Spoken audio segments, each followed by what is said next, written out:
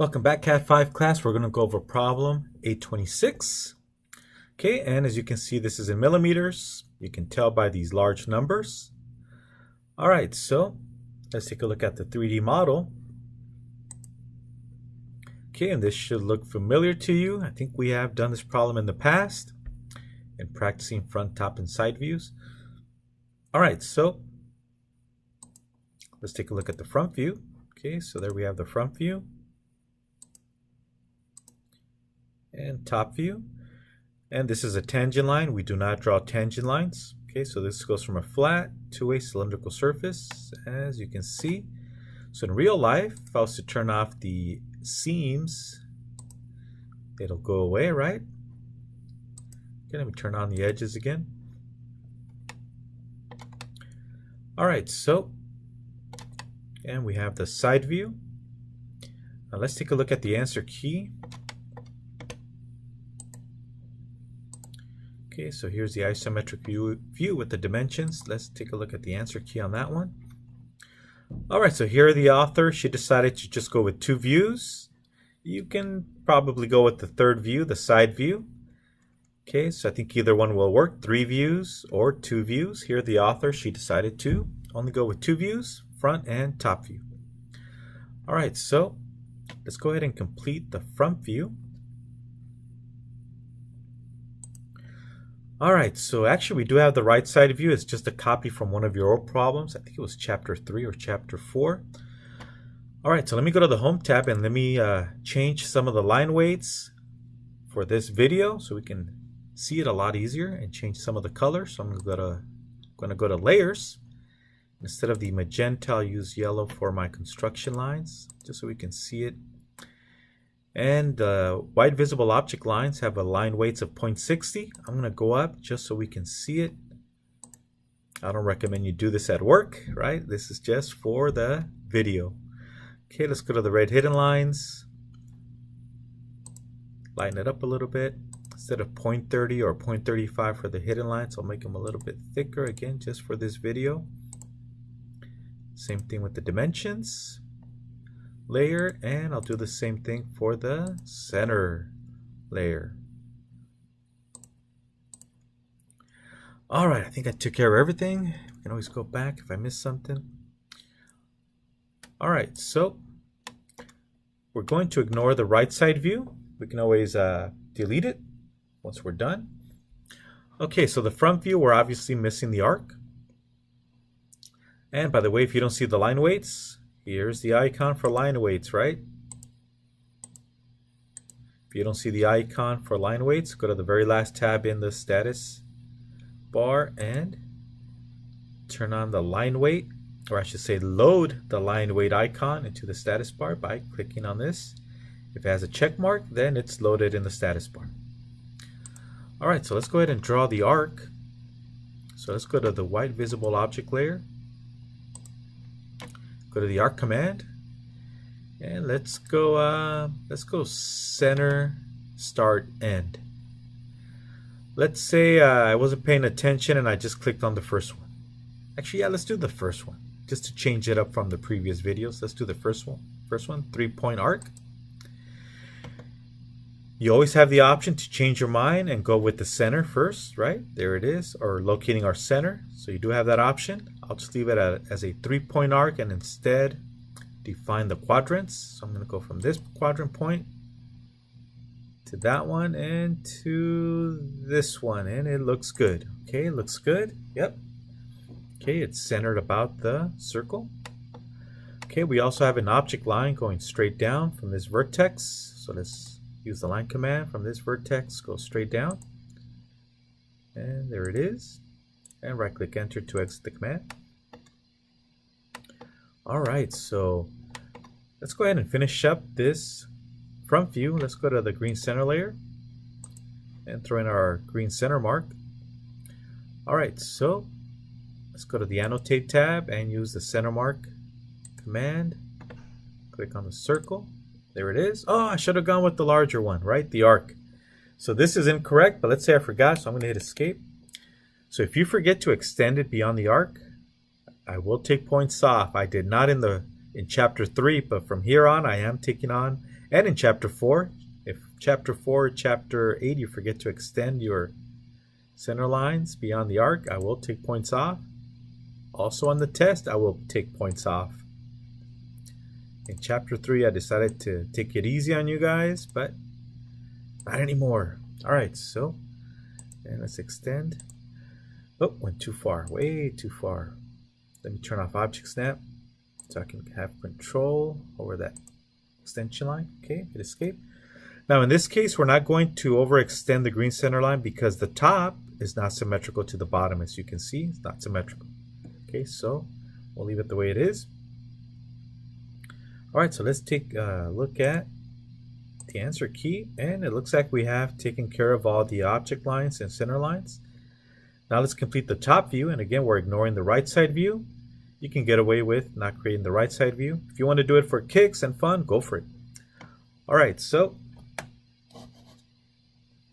let's go ahead and add the red hidden lines to represent the hole and the center or the axis of the hole. And we also have a red hidden line representing this wall here or the edge here, right? So red hidden line.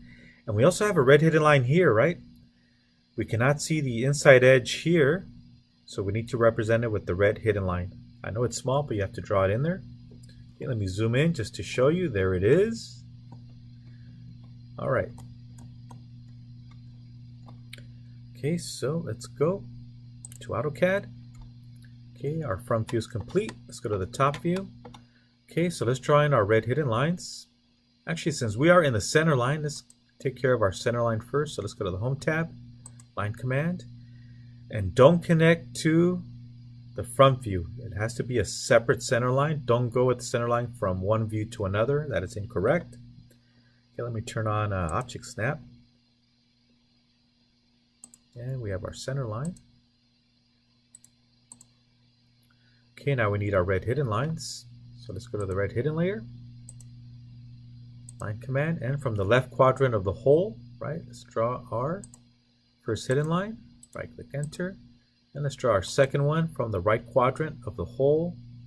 Go straight up and right click enter. All right, so now some of you are like, teacher, the LTS, right, the line type scale. Okay, we'll do that at the end, right? Don't cry about the LTS, it's okay. All right, so now we have a red hidden line right here. So use Line Command, and from this vertex, go straight up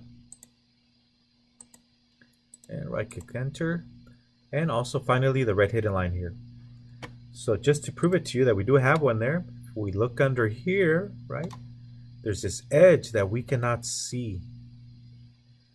Now we're not going to draw the entire red hidden line across because we do have the solid object line that's overriding this portion of the red hidden line, but we can draw this one here, this red hidden line, because there's nothing here to block it or override it, right?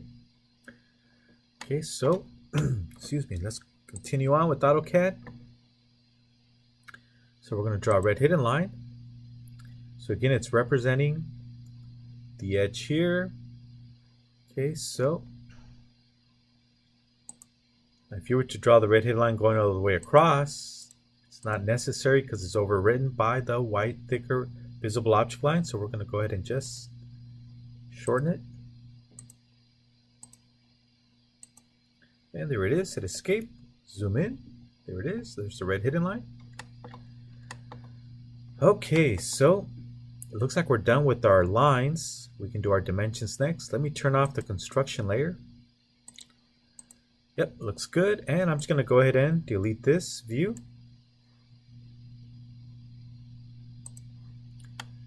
Okay, it's not needed, but if you want to go ahead and complete that on your own, go for it. All right, so now we can mess with the LTS. Let me double click on the wheel to do a zoom fit. Okay, so LTS, again, you want to wait towards the end once you have all your lines in place, red hidden lines, green center lines, white object lines. Okay, so now we can type in LTS in the command line, LTS, line type scale, not as easy as 1, 2, 3, right? And enter.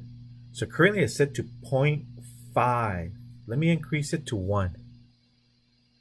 Okay, so I'm going to increase it from 0.5 to a scale of 1, and I'm going to hit enter. In 3, 2, 1, don't blink, enter. Ta-da, you blinked, right? Okay, if you want to increase it some more, we can type in LTS again, LTS, enter, and let's increase it at 2. See what we get from 1 to 2, and don't blink, in 3, 2, 1, don't blink, enter.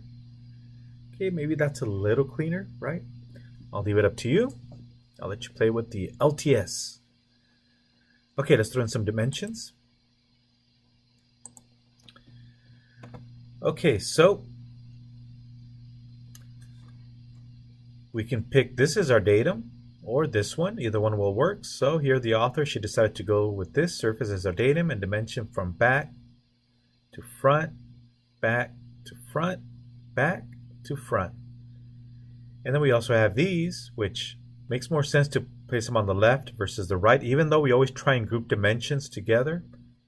The 75 millimeters makes more sense here than placing it on this side than having a long extension line. Same thing with the 150. We can place it over here, but then we would have a long extension line cutting through the object and placing it here. I mean, it's acceptable, but it just looks cleaner if we separate them into two groups. All right, so let's go ahead and dimension the top, and let's also include the 225. We'll do this one first. Okay, so let's go over to the dimensions layer. All right, so let's use a linear dimension. Let's go from this point to this one. There's our first dimension. Obviously, this is way too tight, so we're gonna have to move. Let's get it out of the way now. Let's move this top view. Don't try to squeeze in the dimensions and try and make it look like it doesn't look tacky, right? When you try and squeeze in too many chairs between a table and a coffee table, or a table and some other table, etc., and the couch. So let's go ahead and move this outward. So I'm gonna lasso around it just like a cowboy or cowgirl. Hee-haw! There it is. Select it all. Use the move command. And we want to have ortho on, right? So we can move only horizontally or vertically. There it is. Make some room. Ta-da! Now we'll have room for the dimensions in the front view. Do not force them in there. Okay, so let's dimension now from back to front using linear dimension. So let's go from back to front. So there's our first dimension. And let's use the grip to move it in. Oh, it doesn't seem to like it. Okay, that's okay. And hit escape on the keyboard. There it is. There's our first dimension. If you want to stick the arrows outward or the text outward, it's fine with me. Okay, let's go to line command again.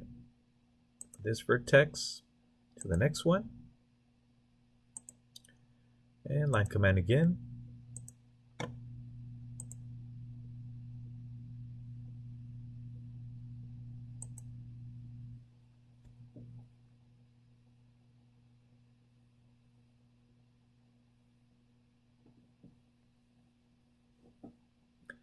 Okay, and let's move this one a little bit outward. There it is. Okay, hit escape. Okay, so now let's dimension this side. So linear dimension from this vertex to this one.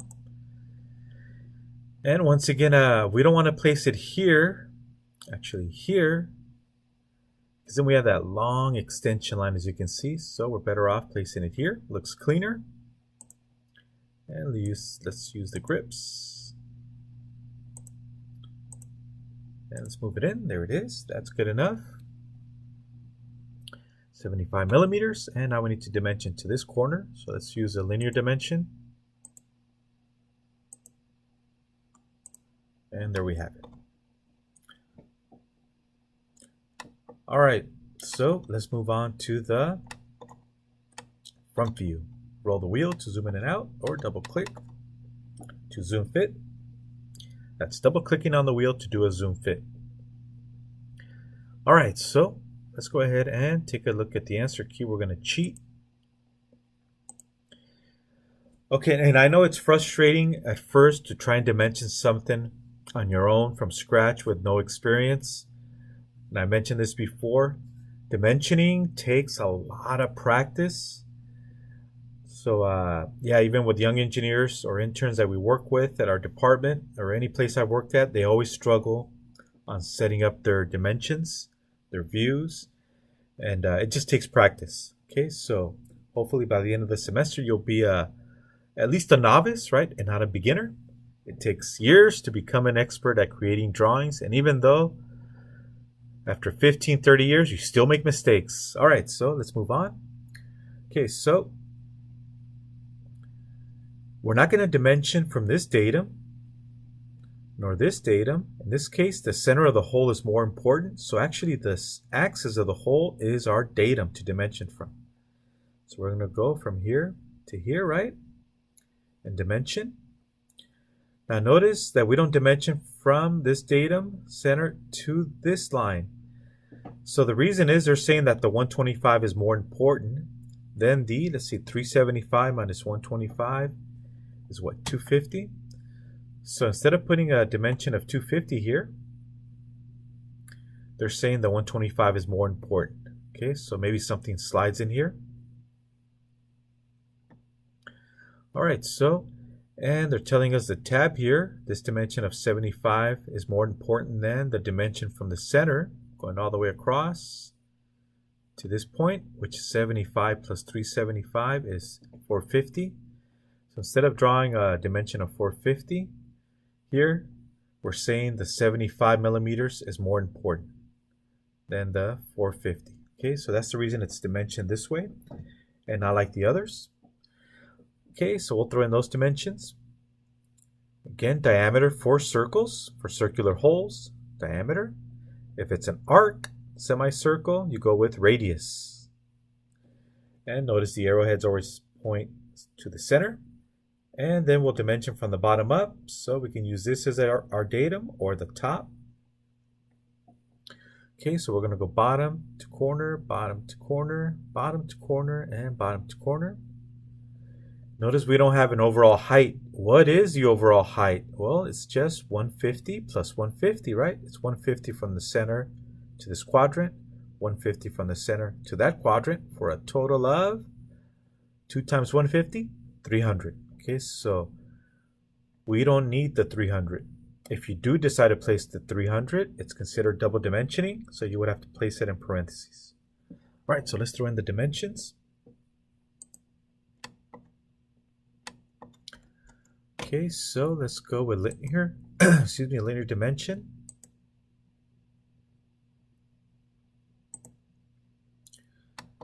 So there's the 375. Let's go further out and make room for the smaller one. And instead of going from here to here, they're saying, nope, the dimension here is more important. So if we go, once again, linear, from here to here, they're saying this one is more important.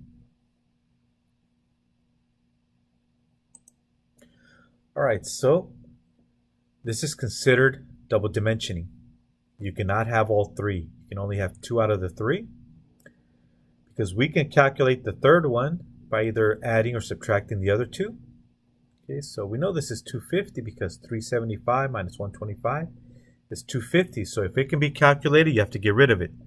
One or the other has to go. So here the author decided to say that this one is more important. So we'll take this one out, delete it. There it is. And also, instead of going from our datum here to this point, this dimension is considered more important. Okay, so linear dimension from this point to this point. And you want to line it up with the existing dimension. Okay, you can also line it up with this one instead. Either one is correct. Actually, it depends on who you ask. All right, so I prefer it up here, but we can leave it lined up with the lower one. Okay, so let me hit escape to deselect. All right, so we have those dimensions. Now let's go bottom to top. Okay, so linear dimension, bottom to top. Next one, bottom to top. And again, you want to give it some nice spacing. Linear dimension again, bottom top. And one more linear dimension, bottom to this point here. Okay, and again, you try and group them together as a family or siblings, right? And once again, if we were to throw in the overall height, linear dimension, overall. Okay, so we have the 300.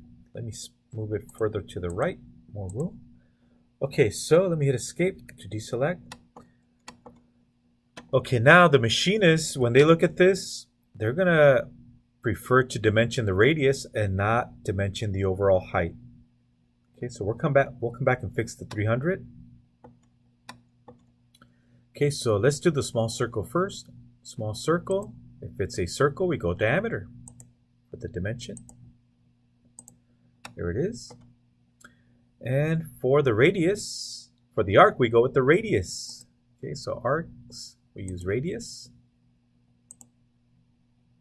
Okay, it doesn't matter which one is at the bottom. We can move the radius downward if we want, or leave it up there. It doesn't matter. One thing you don't want is a flat leader. You don't want a flat or vertical leader. Try and avoid it. Okay, you want to give it some angle, a 45, a 60, a 30-degree angle. Okay, so either one is acceptable. All right, so let me zoom out a little bit. Okay, so once again, we're double dimensioning here, the 150 and the 300. They cannot coexist. One of them has to go. So the machinist actually prefers to know what the radius is over the overall dimension. The only way we would prefer the 300 over the 150 radius is if this has to slide in some type of rectangular. Maybe there's another part that's rectangular in shape and it has to slide in some type of pocket. Okay, so I'm just making something up as I go. So if this object has to slide into another object, then the 300 would be more important. But since we don't know anything about the part, then chances are we're going to have to keep the radius. Okay, so the 300 has to be deleted, or you can always double click and throw in a parentheses. So let me zoom in, double click on the text, and let's throw in the parentheses. I'm going to use the arrows to go all the way far right, parentheses, and then click away. And let me hit escape to get out of anything I'm in. Okay, now we can go ahead and space it out. There it is. Hit escape to deselect. Okay, so that's acceptable. Okay, same thing with the overall. Hey, teacher, what about the overall length of this view? Yeah, same thing. It can be calculated. The overall length of this front view is just 75 plus 375. So that's 450 plus 150. So that gives us 600, right? Did I do my math correctly? 150 plus 375 plus 75 is 600 millimeters. Okay, so if you want, you can put an overall length, but it has to be in parentheses. Okay, so it's over. If we can calculate it, we can leave it out, or we can place it in parentheses. Okay, so let's throw in that linear dimension. Now we prefer to put it up here, but then it's going to intersect these leaders, so I'll put it down here. And there it is, 600. And it would have to go with parentheses. So it's a good idea to throw in these reference. Again, if it's in parentheses, the inspector or the machinist just sees this as reference only. But it is good to throw in these dimensions like the 300 in parentheses and the 600 in parentheses, so it's easier to order the material. Okay, so somebody has to order a block of aluminum to be machined down to this part. So they'll look at the overall dimension, 600 millimeters. They may order a block of aluminum that's maybe 625 millimeters with an overall height of 325. So you want a block that's slightly larger because we're going to end up machining the part. Same thing with the top view. Whoever orders the material to be machined, okay, they'll look at the 225 for the depth and maybe go with 250 instead, just slightly bigger, because you want to be able to remove some material when you machine to have a nice clean surface at the end. All right, so Let me hit escape and deselect, double click to do a zoom fit. Okay, I think we're done. Let's take a look at the answer key. It's not like we already did it, but hey, there we go. And again, the radius 150 can either go here or on top and the 100 lower. It's a matter of preference, but both of them are correct. Just make sure we use diameter for circles, radius for arc. And notice the arrowheads are always pointing towards the center. Okay, so it looks like we have everything. Okay, everything looks good. All right, so don't forget to save your work. Okay, so that's the end of this video.